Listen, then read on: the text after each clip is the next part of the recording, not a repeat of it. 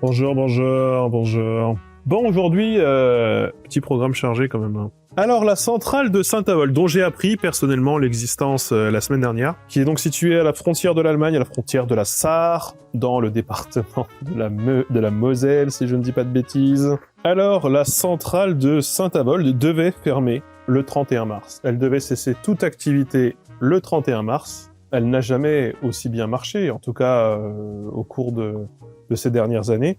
C'est un reportage que j'ai vu moi la semaine dernière à la télé, où les gens qui bossent dans cette centrale se disaient « Nous, on pensait que ça allait être pépère, qu'on allait finir tranquille, et puis ensuite on allait démanteler. » Et en fait, non. On n'a jamais autant travaillé de notre vie. Alors, est-ce que c'est la faute de la guerre en Ukraine? La réponse est non, je vous réponds déjà tout de suite. Parce qu'avant même la guerre en Ukraine, donc la tranche 6 de la centrale, qui est donc la partie dédiée au charbon, eh bien, elle a joué les prolongations.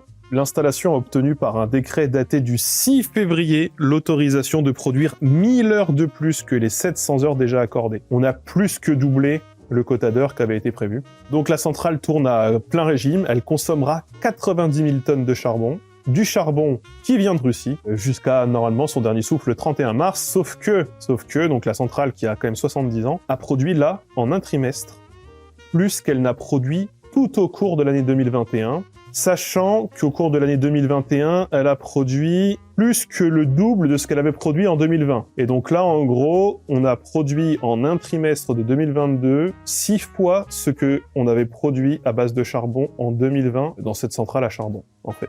Ce qu'on a appris aujourd'hui, et ça je ne l'avais pas anticipé, mais visiblement ça s'est produit, donc je vais quand même en parler, c'est que la centrale, comme la centrale de Cordemais qui doit être située en Loire-Atlantique, en gros, il restait 4 centrales quand Macron est arrivé au pouvoir, et à l'origine du coup, la centrale de Saint-Avold devait fermer le 31 mars, mais là aujourd'hui, il a été évoqué qu'elle soit potentiellement prolongée elle aussi. Il faut savoir qu'à l'origine, normalement, la centrale de Saint-Avold ne devait pas forcément fermer, elle devait être reconvertie pour du renouvelable, notamment du biogaz, du biométhane, ce genre de choses, ou de l'hydrogène. Ça va contre la promesse qui a été faite, pour le coup, par le ministère de la Transition écologique en janvier, puisqu'en janvier, le ministère de la Transition écologique disait que la centrale de Saint-Avold, son ouverture serait strictement limitée au mois de janvier et de février 2022 et que cela ne changeait pas le calendrier de fermeture des centrales à charbon. Le fait est que aujourd'hui, on a appris que si. Macron avait promis, quand il est arrivé au pouvoir, de fermer toutes les centrales à charbon. Pourquoi actuellement, et un peu sans qu'on en parle d'ailleurs, c'est pour ça que c'est le temps manquant de la semaine selon moi, pourquoi est-ce que on est à ce point en train de relancer finalement la filière charbon? Il y a plusieurs raisons, mais il y en a surtout une majeure, qui est qu'il y a une partie du parc des centrales nucléaires qui s'est retrouvée en révision ou en maintenance, au plus haut, je crois que c'était un quart à peu près du parc en visite, en révision ou en maintenance, ou qui a été indisponible sur le moment en tout cas. Et ça, c'est notamment à cause des maintenances qui ont été repoussées par les différents confinements et par le Covid. Donc en gros, on est en train de payer aujourd'hui, d'un point de vue disponibilité du nucléaire, tout ce qui n'a pas pu être fait en termes de maintenance durant les 2 années de Covid. D'ailleurs, on est encore dedans. Mais... Alors, ce qui s'est passé, ça vous a peut-être échappé, ou peut-être que vous en avez rien à foutre aussi, c'est tout à fait possible.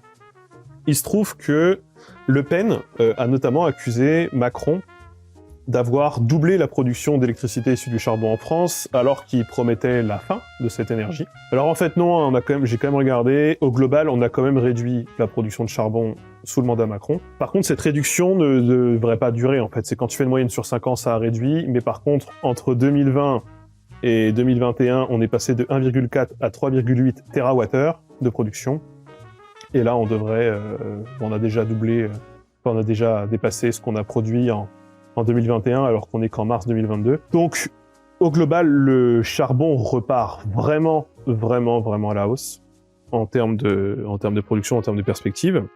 Ce qui est assez paradoxal, c'est que ce n'est pas la faute du gaz russe. On rappelle qu'une centrale à charbon, ça émet 2 fois plus de gaz à effet de serre qu'une centrale à gaz pour le même nombre de mégawatts produits, à peu près, mégawattheure. Attention. Alors du coup, ça relève quand même une question, c'est est-ce qu'on a fermé Fessenheim trop tôt? Alors j'ai regardé, Fessenheim, ça avait 2 réacteurs, chaque réacteur faisait 880 mégawatts. Mégawatts, je ne sais pas. En gros, un réacteur de Fessenheim compense cette centrale. Et donc, il est facile de faire le lien, et le lien a beaucoup été fait dans les milieux qui sont un peu insurgés, hein, du retour du charbon en France, puisque c'est censé aller dans la mauvaise direction, hein, par rapport aux enjeux écologiques et aux enjeux de réchauffement climatique qui sont en cours.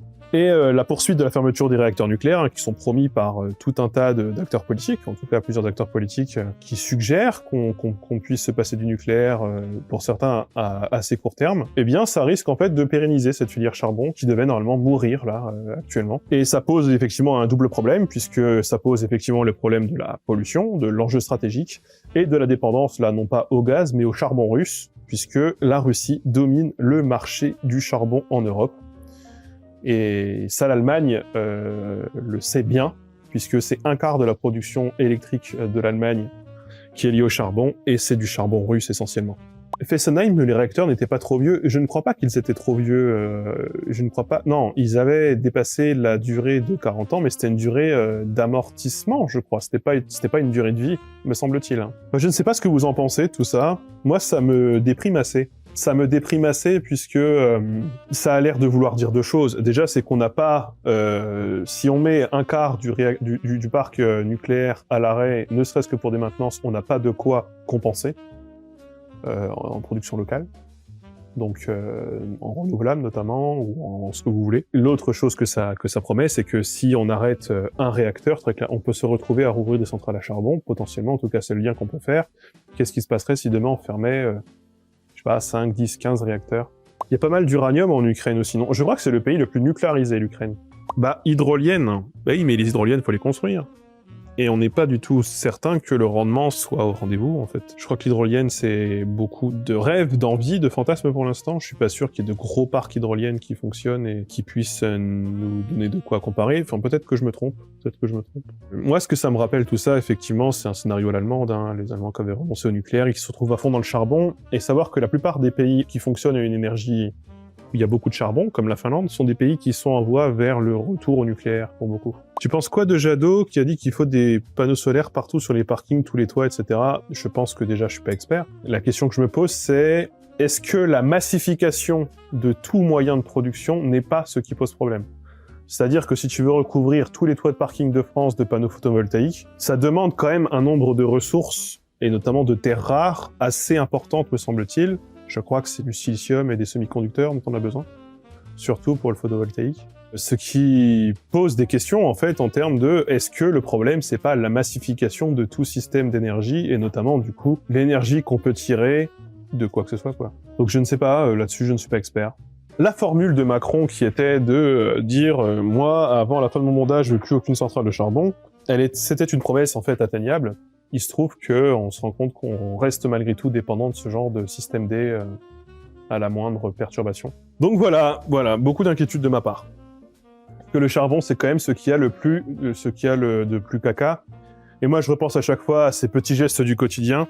On nous dit faites attention, la voiture, faites attention, la lumière, faites attention ceci, faites attention cela. Et à côté, on va cramer 90 000 tonnes de charbon, histoire de compenser le manque qu'on a d'électricité. L'hydrogène, actuellement, la production qui est la plus... qui est envisagée, et c'est pour ça que notamment que tout le milieu de l'hydrocarbure, en fait, et les pétroliers actuellement sont à fond dans les subventions et dans la défense et la promotion de l'hydrogène, c'est qu'en fait, la façon, je crois, la plus simple d'en produire, c'est à partir de méthane. Il me semble que le rendement, il est vraiment terrible. Pourquoi la gauche est contre le nucléaire? Mais je sais pas. Et je sais pas si la gauche est vraiment contre le nucléaire. Mais il y a des pays où la gauche, ou les écologistes, sont pro-nucléaire. Par exemple, la Finlande, dont je parlais tout à l'heure. Les écologistes en Finlande sont pour le nucléaire, sont pour l'enfouissement des déchets nucléaires, et sont potentiellement pour qu'on oublie, qu'on enterre. Ça fait beaucoup, hein. Et les déchets nucléaires, c'est peanuts, hein, c'est rien, hein. Ça prend pas de place. Hein. L'énergie la plus concentrée qu'on puisse avoir aujourd'hui, c'est l'énergie nucléaire. Ce qui fait une énergie très concentrée, fait des déchets très concentrés, donc très dangereux. Mais au moins, ça réchauffe pas l'atmosphère. Les risques d'explosion de centrales. Mais en fait, une centrale, ça n'explose pas comme ça. Le pire qui pourrait se passer, c'est la fusion du cœur. Mais auquel cas, le cœur descend, en fait. Et il fait un trou. Et la majorité des déchets nucléaires, non, ils sont radioactifs.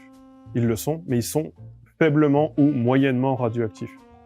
C'est les déchets qui sont notamment entreposés à La Hague et qui sont enfouis sous une couche de terre. Tchernobyl et Fukushima ont explosé. Je sais pas s'ils ont explosé en tant que tels. Je sais pas ça, j'en ai aucune idée. Est-ce que ça a vraiment explosé ou c'est juste qu'il y a eu fusion et tu réchauffes? Ou alors est-ce que c'est juste le bâtiment de confinement qui a explosé, la chambre de confinement qui a explosé?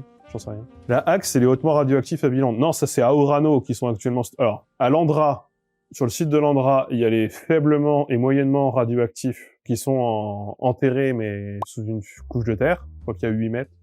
Et à Orano, il y a les déchets de très haute activité qui attendent leur transfert futur à Cigéo, qui est du coup Landra en Haute-Marne, pour être enterrés si ça se fait. Alors la montée des températures, ça c'est un peu une fake news, hein. Désolé de vous le dire. Me semble-t-il en tout cas. Le problème des déchets, je pense pas vraiment que c'est un problème, et l'approvisionnement en uranium, c'est l'approvisionnement en minerai, quoi, quel qu'il arrive. Parce qu'en fait, l'approvisionnement en lithium, en cobalt, tout ce que vous voulez, en manganèse, on en parlait tout à l'heure, c'est problématique au même titre. Et il se trouve que l'uranium, on en a en France. Si on ne l'extrait pas, c'est pour des raisons d'économie, je suppose, hein. Parce qu'on a extrait de l'uranium en France jusqu'en 2001. Donc je pense que c'est parce que c'est moins cher de le faire venir d'ailleurs. Quoi qu'il en soit, toujours est-il qu'on a une centrale à charbon qui a réouvert, et ça, c'est un peu caca. Voilà.